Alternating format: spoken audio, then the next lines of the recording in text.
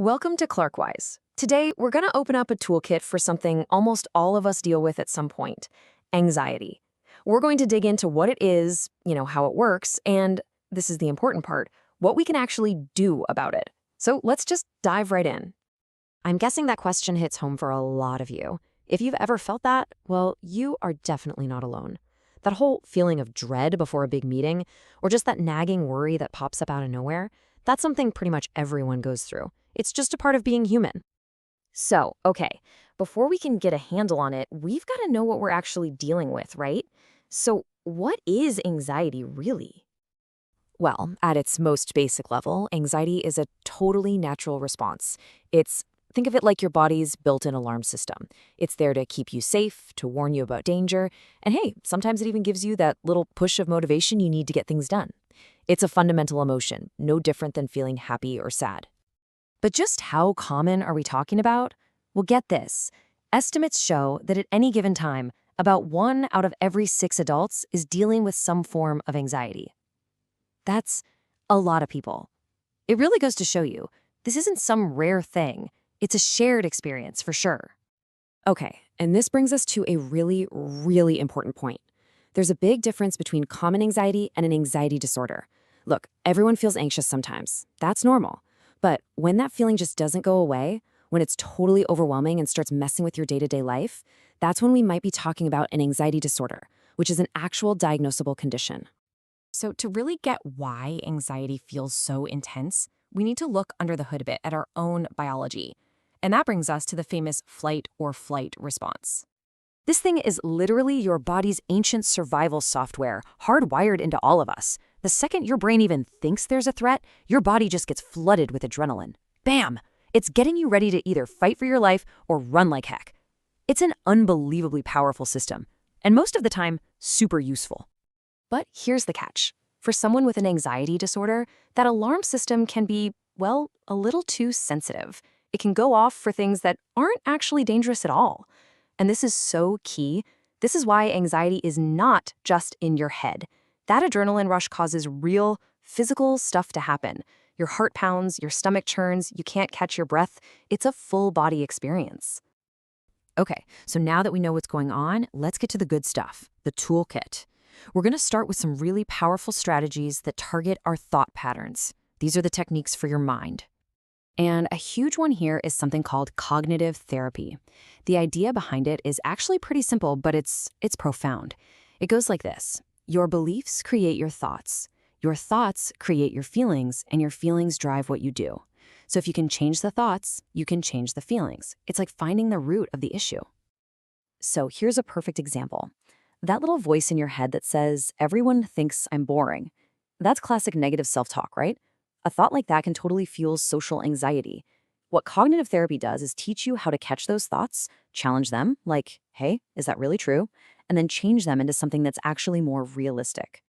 All right, next up in the mental toolkit is exposure therapy. And look, I know that can sound kind of scary, but it's all about gently and safely facing your fears in a very controlled way. The whole point is to basically retrain your brain, to teach it that the thing it's afraid of isn't actually a threat.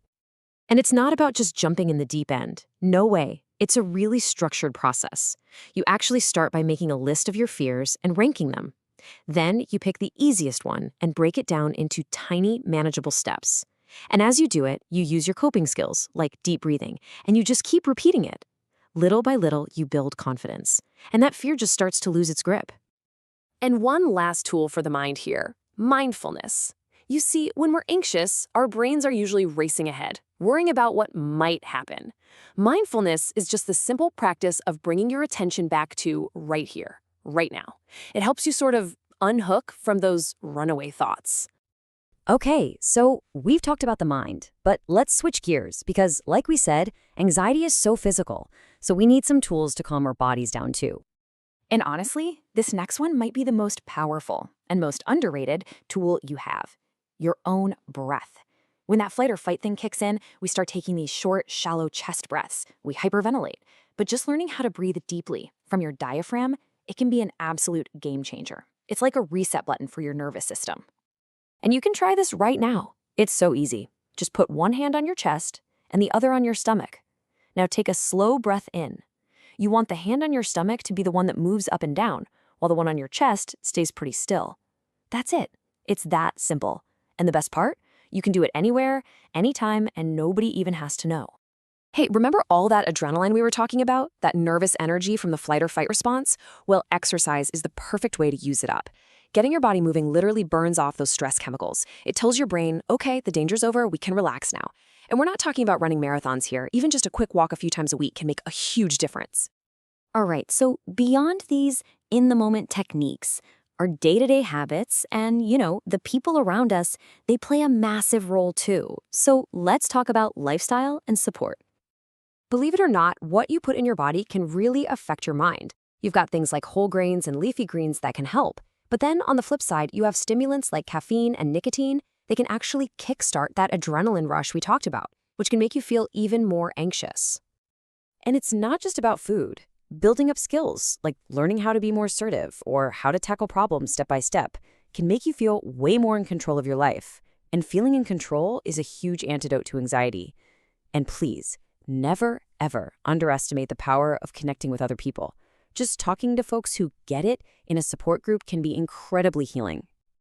Now, all these tools are fantastic. They really are. But sometimes you need a little more backup, and that is perfectly okay. So where do you go to find that professional help? Your family doctor is a great first stop. Or you could look for a psychologist or a counselor. They're the experts who can help figure out exactly what's going on and build a plan that's tailored just for you. And I really want you to hear this. With the right help and the right treatment, recovery is 100% possible. So as we finish up here, I just want to leave you with one final question. We've talked about this whole toolkit, everything from that simple breathing exercise to challenging one of those negative thoughts. So what's just one small thing you could try today? Just one. Because that journey to feeling better, it always starts with that first small step.